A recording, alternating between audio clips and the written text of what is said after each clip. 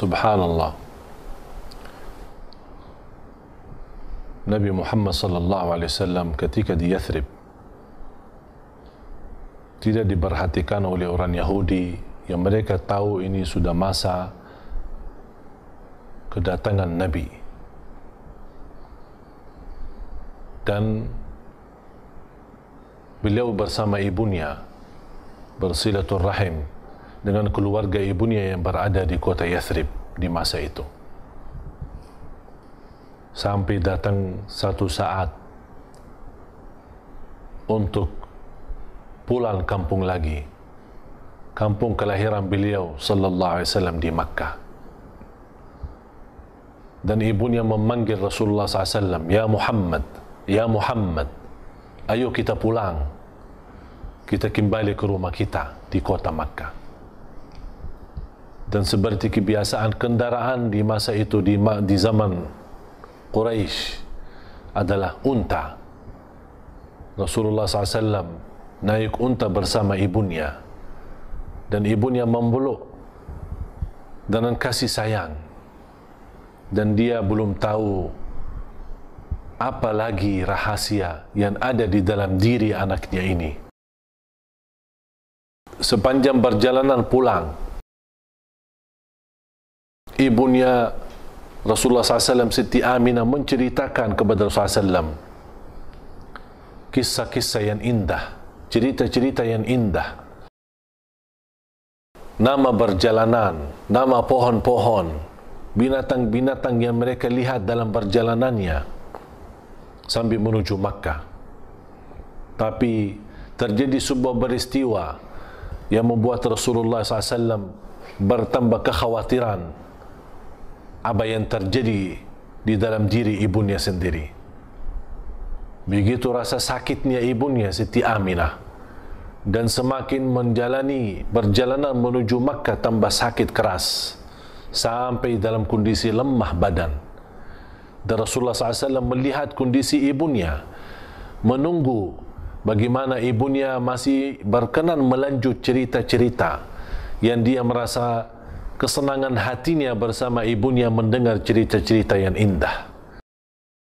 Di saat itu mereka dalam rombongan melihat kondisi Aminah semakin buruk, semakin parah, semakin keras sakitnya. Diturunkan dari unta dan dirawat di salah satu tempat yang bernama Al-Abwa. Ternyata cara mereka mengobati dan merawat ibunya Rasulullah SAW, ternyata takdir Allah mendahulukan mereka, dan Allah Subhanahu wa Ta'ala memanggil ibunya dan mencabut nyawanya. Di saat itu Rasulullah SAW dalam kondisi masih anak, menjadi anak yatim di kedua kalinya. Anak yatim pertama dengan kehilangan bapaknya, dan kedua kalinya kehilangan ibunya, membuat Rasulullah sallallahu alaihi wasallam memiliki sisa umur yang begitu penuh dengan rasa sedih, dengan rasa kehilangan kasih sayangnya dari kedua orang tuanya sallallahu alaihi wasallam. Sambil Rasulullah SAW melihat dengan mata sambil menangis, melihat kondisi ibunya yang lagi dikuburkan sama rombongan yang menuju ke Makkah.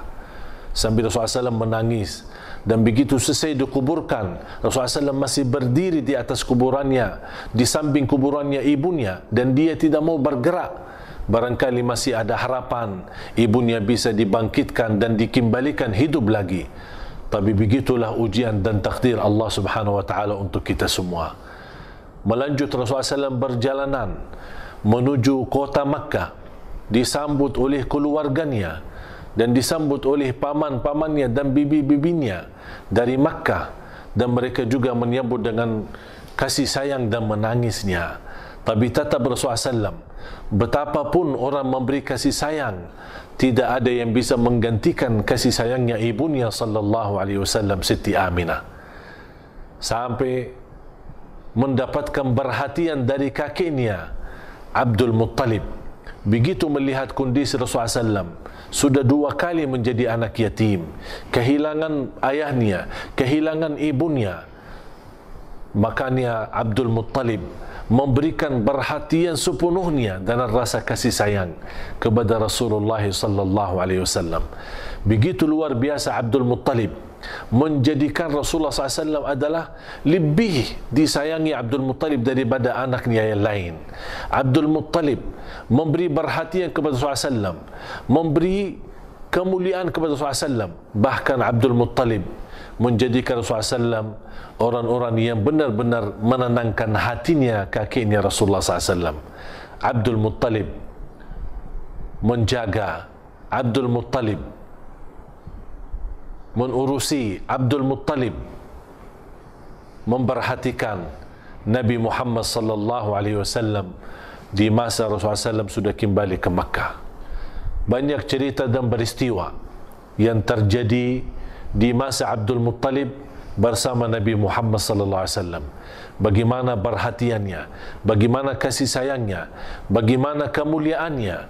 Walaupun Abdul Muttalib seorang pimpinan Quraisy yang sibuk, bahkan sangat sibuk di saat apalagi di musim haji, melayani jamaah haji yang datang dari juru dunia, dari mana-mana menuju ke Makkah.